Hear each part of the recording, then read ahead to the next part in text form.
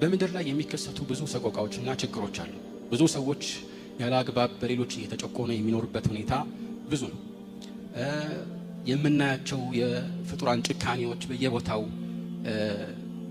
መጥፎ ተጽዕኖዎችን ሲያሳድሩ እናስተውላለን። እና ታዲያ አላህ Subhanahu Wa Ta'ala ይህንን ነገር ማስቆም ይችላል። ቻይ ከሆነ ጌታችሁ ይህንን ማስቆም እየቻለ ሰው ሲቸገር ለምን ዝም ብሎ ይመለከታል የሚሉ ጥያቄዎች አሉ። አንዳንድ ጊዜ በተለይ ሙስሊም ያልሆኑ ወገኖች የሚያነሱት ጅንብር አለ። ይሄው ጅንብር ጭራሽ በፈጣሪ የማያምኑ አንዳንድ ሰዎች የሚያነሱት ከመሆኑ ጋር አንዳንድ ጊዜ ሙስሊሞችም ይህንን ጅንብር ሳይሰሙ ራሱ ሐሳቡ በአእምሯቸው ውል ይልባቸዋል።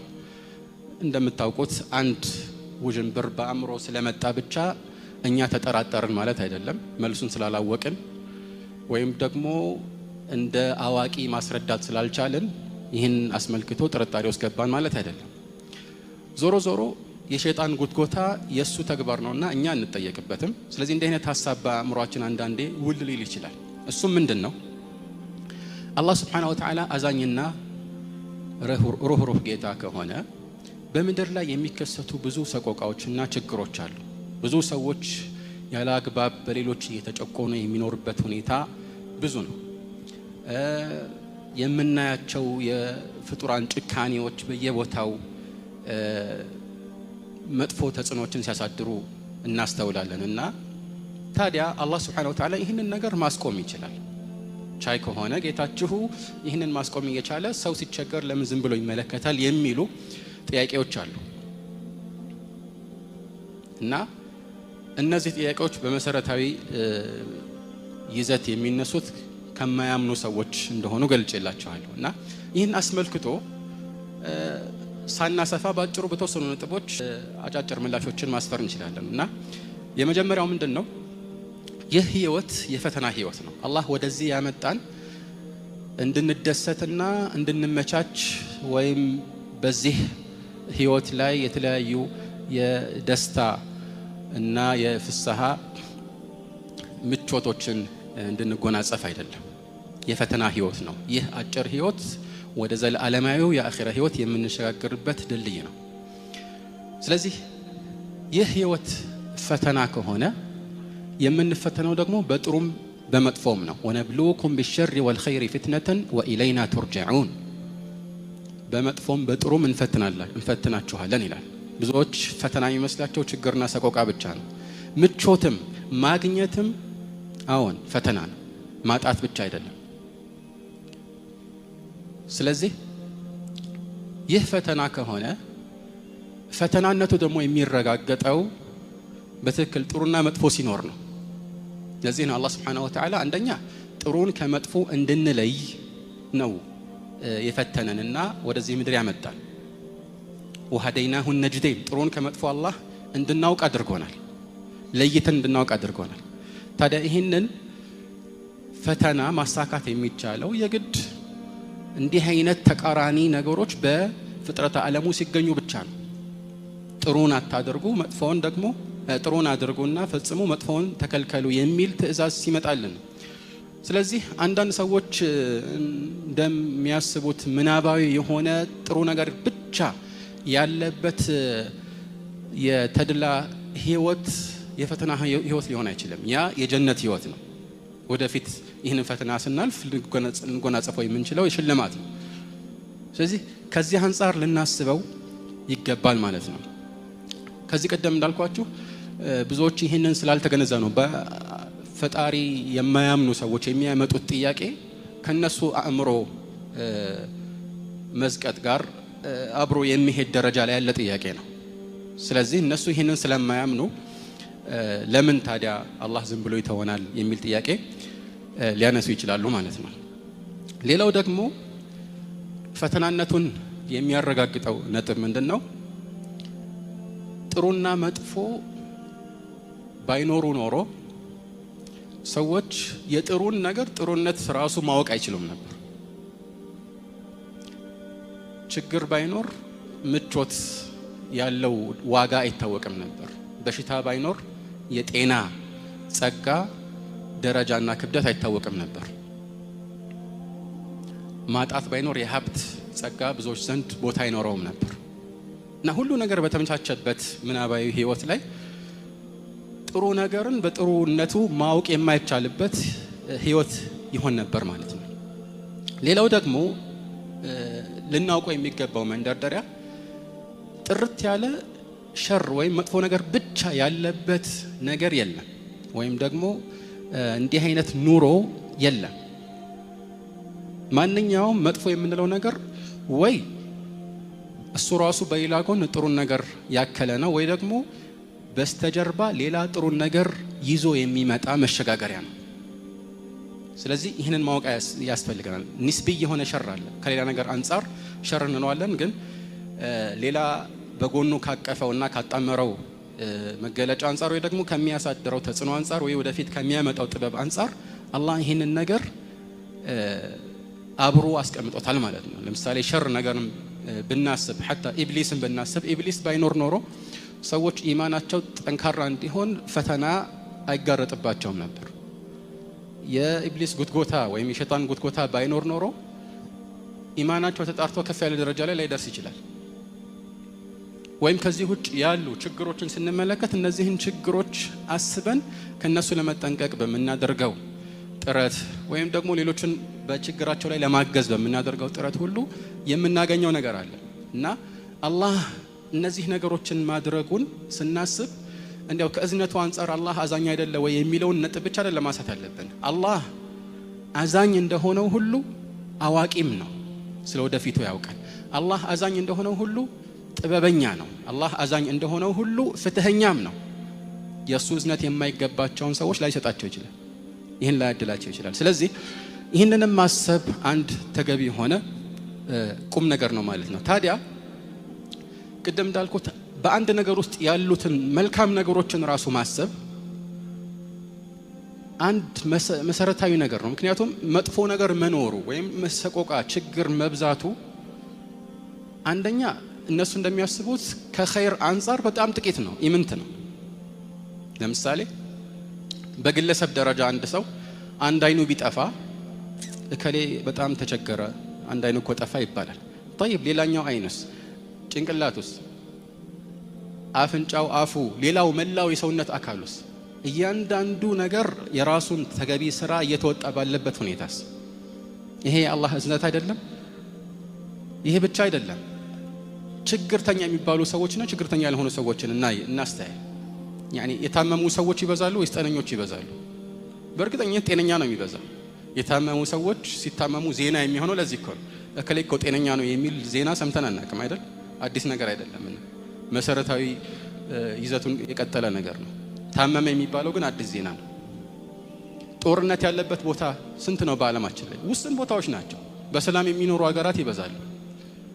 በአንድ ሀገር ላይ ጦርነት የሚኖሩ ራሱ ሙሉ ሀገሩ በጦርነት ታመሰ ማለት አይደለም። ስለዚህ መጥፎ ነገር መኖሩ የአላህን አዛኝነት ጥርጣሬ ውስጥ ይከታል የሚሉት አላዋቂዎችን ወሬ ስንመለከት طيب ጥሩ ነገር ያውም እጥፍ ድርብ ሆኖ ከምናስበው በላይ በዝቶ ሳለ ይሄ ለምን የሱ መኖርን የሱን እዝነት የሱን ቻይነት አያመላክትም? በእርግጠኝነት ያመላክታል፣ ይበልጥ ያመላክታል እንዲያው። ነገር ግን መረሳት የሌለበት ቅድም እንዳልነው አላህ አዛኝ ብቻ ሳይሆን አዋቂም ነው። አዛኝ ብቻ ሳይሆን ጥበበኛም ነው። ስለዚህ ከሱ ጥበብ አንፃር እነዚህ ነገሮች ማገናዘብ አለብን። ነገር ግን ብዙ ሰዎች እነዚህን ጥበቦች ላያውቁ ይችላሉ። ፈተና የሆነውም ቅድም እንደተባባልነው በዚህ ምክንያት ነው። ማዕነሁ እነዚህ ጥበቦችን ማገናዘብ ቀላል ነው፣ ይሄን ያህል የሚከብድ አይደለም። ግን እኛ የማናውቃቸው ደግሞ አላህ የሚያውቃቸው ሚስጥሮችና ጥበቦች አሉ። እነዚህን ሚስጥሮች አላህ ቢገልጽልን ኖሮ ይሄ ምድር የፈተና ዓለም ይሆን ነበር? አይሆንም ነበር። ፈተና የሆነው ለዚህ ነው። ልብ በሉ እስቲ ይህንን የቁርአን አንቀጽ ፊ ሱረት አሊ ዒምራን አላህ ምን ይላል? ማ ካነ አላሁ ሊየዘረ አልሙእሚኒነ ዐላ ማ አንቱም ዐለይሂ ሐታ የሚዘ አልኸቢሰ ሚነ አጠይብ። ከዛ በኋላ ምን አለ? ወማ ካነ አላሁ ሊዩጥሊዐኩም ዐላ አልገይብ ይላል። አላህ አማኞችን አሁን ባላችሁበት ሁኔታ ላይ ጥሩን ከመጥፎ ወይም ደግሞ ንጹሑን ከቆሻሻው ሳይለይ አይተወውም ማለት። ስለዚህ ፈተና ነው ማለት ነው። ሰዎች በተግባር የሚጠሩበት ወንፊት ነው። ግን ውጤቱስ ምንድነው? ወይም ከበስተኋላው ጥበብ ምንድነው? ምን አለ ቀጥሎ? ወማ ካነ አላሁ ሊዩጥሊዐኩም ዐለል ገይብ። አላህ ግን የሩቅን ሚስጥር ሊያሳውቃችሁ አይደለም። የወደፊት ጥበቡ እንዲህ ነው እያለ ሊገልጽላችሁ አይገልጽላችሁም ማለት ነው። ፈተና ነው። ስለዚህ ይህንን ነገር አጣምሮ መመልከት ተገቢ ነው ማለት ነው። ሌላው ደግሞ አላህ Subhanahu Wa Ta'ala እንደዚህ አይነት ችግሮችን ዝም ብሎ የሚያልፋቸው ያለ ምክንያት አይደለም። ጥበብ አለው ብለናል። ይህ ማለት እንዲያው ዝርዝር ጥበብ ውስጥ ሳንገባ ራሱ የሱን ቻይ መሆን ጥርጣሬ ውስጥ የሚከት አይደለም። አዛኝነቱንም ጥርጣሬ ውስጥ የሚከት አይደለም። አዋቂነቱንም እንደዚሁ። አንድ ምድራዊ ምሳሌ እንጥቀስ። አንድ በጣም የተራቀቀ ትልቅ ህንጻን ብንመለከት ህንጻው ከዲዛይኑ አንፃር ብሎም ደግሞ ከአገነባቡ ከአጨራረሱና ከሁሉ ነገሩ አንፃር በጣም የተሟላ የሆነ ዘመናዊ ህንጻ ነው። ሰዎች ሁሉ የሚያደንቁት ዘመናዊ ህንጻ ነው እንበል። ይህንን ህንጻ የሚጎበኛ አንድ ሰው ትልቁን ህንጻና በውስጡ ያሉትን በጣም በርካታ ክፍሎች ካየ በኋላ አንድ ክፍል አጋጠመው። ምንድነው ይሄ ክፍል? በጣም የቆሸሸ ቀለምም ያልተቀባ ጉድለት ያለበት ክፍል ነው። ልክ ይሄን ሲመለከት ይሄንን የገነባው ሰው ብዙ ዕውቀት የለውም ወይም ደግሞ ኢንጂነሩ በቂ ዕውቀት የለውም ማለት ይችላል? አይችልም። እንደዚህ ነው የሚሉት እነዚህ ሰዎች። አሁን ቀላሉ መልስ ምን ነበር? አይ እሱ ሆን ብሎ ነው ይሄን ያደረገው። ሆን ብሎ ነው መጨረሻ ላይ ይሄን ክፍል የተውት። ምናልባት ይሄንን ክፍል ሊቀይሩት አስበው ነው ወይ ደግሞ ሰዎች እዚህ ክፍል ውስጥ የሆኑ ቆሻሻ ነገሮች እንዲያስቀምጡ አስበው ነው ብሎ የሆኑ ምክንያቶችንና ጥበቦችን ማሰብ አይከብድም። ግን ከዚህ የባሰ ደግሞ አእምሮ ምን ያህል የዘቀጠ እንደሆነ የሚያሳየው ተነስቶ አይ እንደዚህ ከሆነማ ይሄ ክፍል እንዲህ ቆሻሻ ከሆነማ ጭራሽ ይሄ ህንጻ ራሱ የገነባው ማንም ሳይኖር በድንገት የተገኘ ነው ቢልስ? ይሄ ህንጻ በድንገት እንዳጋጣሚ የተገኘ ነው። ምንድነው ምክንያቱ? ይሄው ይሄን ክፍል አትመለከቱም ወይ ቢል አእምሮ ጤነኝነቱ ያጠራጥራል አይደል? እንደዛ ነው ብዙ ሰዎች የሚያደርጉት። ምክንያት ይኖረዋል እኮ አይደል? ልክ አሁን አንዳንድ ሞባይል ወይም ደግሞ ስልኮችን ስንመለከት ታላላቅ ካምፓኒዎች ሳምሰንግ፣ አፕል ታላላቅ መገለጫዎች ያሏቸውን የመጨረሻ የቴክኖሎጂ ደረጃ ያማከሉ ስልኮችን ያመርታሉ። እንደዛ ከመሆኑ ጋር ግን በዝቅተኛ ባጀት ሊገዙ የሚችሉ አነስ ያሉ ስልኮችንም ያመርታሉ። አነስ ያለውን ስልክ ሲመለከት ይሄ ስልክ እንዲያውም ምንም አምራች የለውም። እንዲያውም ይሄ ብቻ አይደለም፣ ሁለቱም ያኛውንም ያመረተው የለም። ለምን እንደዚህ ጎዶሎ ስልክ ያመልካ ይላል። ያው እነሱ ለመሸጥ ነው። ያኛውን ሁሉንም ስልኮቻቸውን በዚህ ደረጃ መስራት ይችሉ ነበር አይደል? ስለዚህ በዚህ መልኩ አይደለም ነገሮች የሚገመቱት ማለት ነው። ሌላው ቁም ነገር ምንድነው? በዋነኝነት አሁን ካለንበት ርዕስ ጋር የሚያያዘው አላህ Subhanahu Wa Ta'ala ሰዎችን በተለያየ መልኩ መፈተኑ ለነሱ የእዝነት መገለጫ ሊሆን ይችላል። በላ ራሱ ረህማ ይሆናል። ግልጽ ነው። እንዴት ከተባለ ይህ ብዙ መገለጫዎች አሉ። አንደኛ ለምሳሌ አላህ ችግር የሚያጋጥማቸውን ሰዎች ወንጀላቸውን ይምርላቸዋል። ሙስሊም በተለይ ከሆነ ምንም ነገር ያጋጥመው ለሱ ይህ እድልና መልካም ምንዳ ነው አይደል? عجبا لأمر المؤمن إن أمره كله له خير وليس ذلك إلا للمؤمن إن أصابته سراء شكر فكان خيرا له وإن أصابته ضراء صبر فكان خيرا له مؤمن እጅግ የሚደንቅ ነው ጉዳዩ ይላሉ መልእክተኛ። የሙእሚን ነገር ጉዳዩ ሁሉ የሚደንቅ ነው። ሁሉ ነገሩ ኸይር ነው። ጥሩ ነገር ሲያጋጥመው አላህን ያመሰግንና ጥሩ ይሆንለታል፣ መልካም ይሆንለታል። መጥፎም ሲያጋጥመው አሁንም ሰብር ያደርጋል አላህ ብሎ ከዚያም እንደዚሁ መልካም ውጤት ያስገኝለታል። ስለዚህ ችግር ሲያጋጥመው አንድ ሰው ይሄ ችግር ወንጀሉን ያራግፍለታል።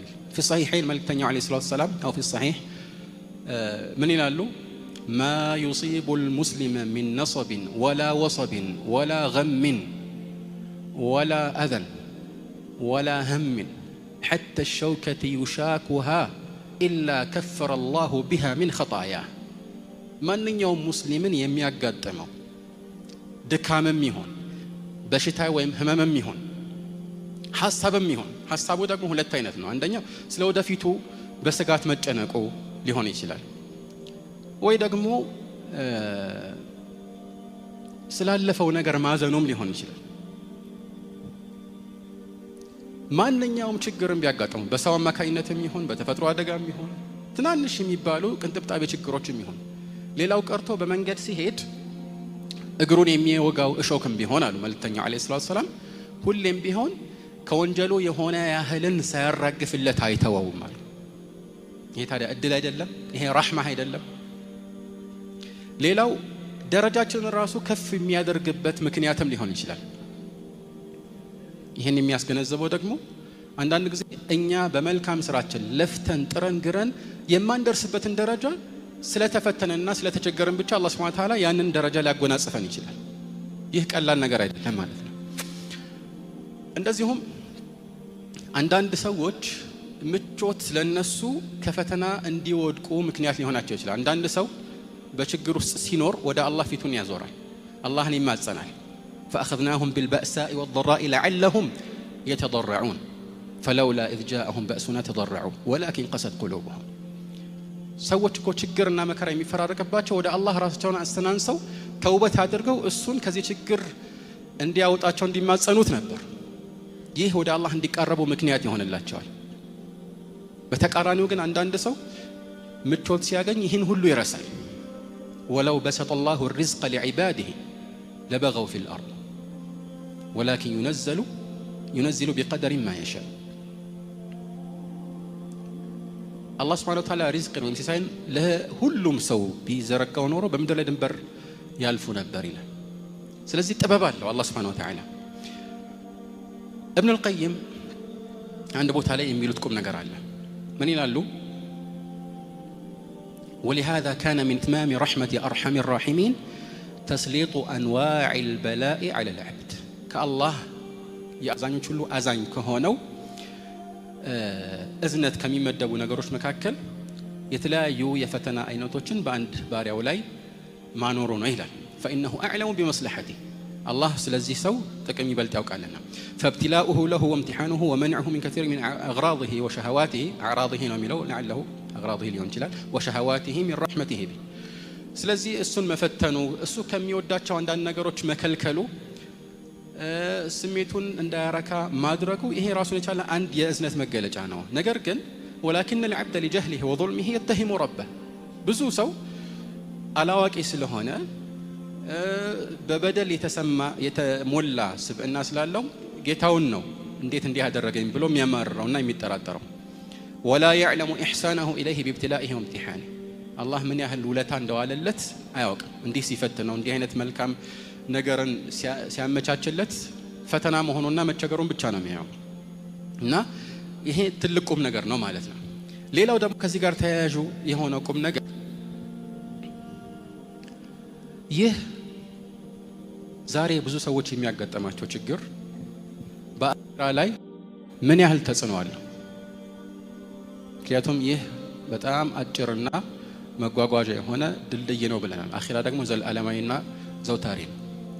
አንድ ሰው እንበል መልእክተኛው አለይሂ ሰላቱ ሰላም እንዲያውም ለዚህ ምላሽ ይስጡ። ይህን ነገር ሲያብራሩ ምን ይላሉ? يؤتى بأنعم أهل الدنيا من أهل النار يوم القيامة የቂያማ ቀን በዱንያ ላይ እጅግ በጣም ትልቅ ጸጋ የተሰጠ ሀብትም በለው ወይም ከሀብትም ውጭ የተለያዩ ጸጋዎች የተደረደሩለትና በምቾትና በተድላ ሲያሳልፍ የነበረ የዱንያ ሰው ነገር ግን የእሳት እንዲሆን በአኺራ ተፈርዶበት የቂያማ ቀን ይመጣል። ከዛ በኋላ ምን አሉ? فيسبغ في النار صبغة አንድ ጊዜ ብቻ በእሳት ውስጥ ይነከራል አሉ። አልቆየም፣ ልብ በሉ፣ ብዙ አልኖርም፣ አንዴ ብቻ ይነከራል። ከዛስ አንዴ ተነክሮ ከወጣ በኋላ يا آدم هل رأيت خيرا قط هل مر بك بؤس قط ይባላል أو نعيم قط خير ነገር አይተህ ታውቃለህ ወይ?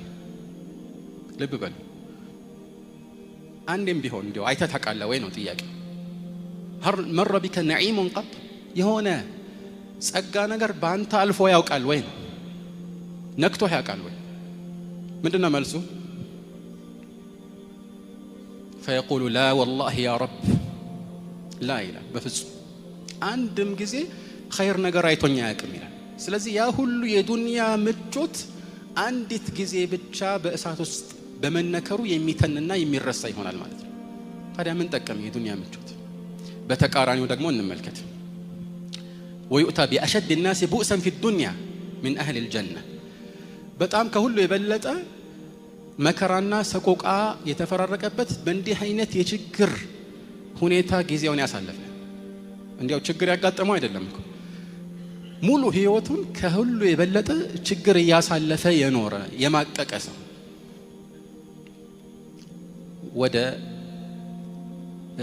ጀነት ይመጣና የጀነት ስለሆነ የጀነት እንዲሆን አላህ ወስኖለት አንድ ጊዜ ብቻ فيصبغ في الجنة صبغة አንድ ጊዜ ብቻ ተነክሮ ይወጣል ጀነት ውስጥ ከዛ በኋላ يا ابن آدم هل رأيت بؤسا قط هل مر بك شدة قط የሆነ ችግር አይተህ ታውቃለህ ወይም ደግሞ እንዲያው ሽዳ የሚባል ጠና ያለ ሁኔታ ባንተ በኩል አልፎ ያውቃል ወይ ሲባል ምን ብሎ መልስ ምን ስልሳል لا والله يا رب ما مر ببؤس قط ولا رأيت شدة قط አንድም ጊዜ ችግር አይቻላቅም አንድም ጊዜ የሆነ የጠና ሁኔታ አጋጥሞኝ ወይ በእኔ አጠገብ አልፎ ማያውቅም ይላል። ስለዚህ ይሄ ሁሉ የዱንያ ችግር መማቀቅ አንድ ጊዜ ጀነት ውስጥ በመነከር የሚጠፋ ከሆነ ለዚህ ትልቅና ዘላለማዊ ጸጋ ዋጋ መክፈል አያስፈልግም? ዋጋ መክፈል ያስፈልጋል። ይሄ ታወቀ ነገር ነው ማለት ነው። ሌላው ባጭሩ ደግሞ ሰዎችን ስንመለከት ሁሉም አንድ አይነት አይደለምና አንዳንድ ሰው በዱንያ ላይ መማቀቁ መሳቀቁ በአላህ የተወሰነበት የሆነው ስለሚገባውም ሊሆን ይችላል፣ በተለይ አማኝ ካልሆነ ማለት ነው። ስለዚህ ነገሮችን ከብዙ ነገሮች ወይም አቅጣጫዎች አንፃር ማየት ተገቢ ነው። አንድን ነገር አካሎ ማየት ነው እንጂ አይ አዛኝ ከሆነ እንዲህ መሆን አለበት የሚሉ ሰዎችን ወሬ መስማት አያስፈልግም። ለምን ነው እንዲህ የምንለው? እነዚህ ሰዎች ስለ ፈጣሪ ሲያስቡ በመሰረቱ እዚህ ዱንያ አምጥተው ሰዎችን እንዲንከባከብና ለነሱ ህይወታቸውን እንዲያመቻችላቸው ግዴታ ያለበት አድርገው ነው። ልክ አንዳንድ ጊዜ ንግግራቸውን ስትሰማ ስለ ፈጣሪ ሲያስቡ ስለ አንድ ባለስልጣን የሚያስቡ ነው የሚመስል። ሰዎች ባለስልጣን ላይ ሮሮ እንደሚያሰሙት አይነት ነው የሚያሰሙት። እንደዚህ አይደለም። አላህ ሁሉን ነገር ቻይ የሆነ የዓለማት ጌታ ነው። ወሁወ አርሐሙ ራሒሚን ከአዛኞች ሁሉ በላጭ አዛኝ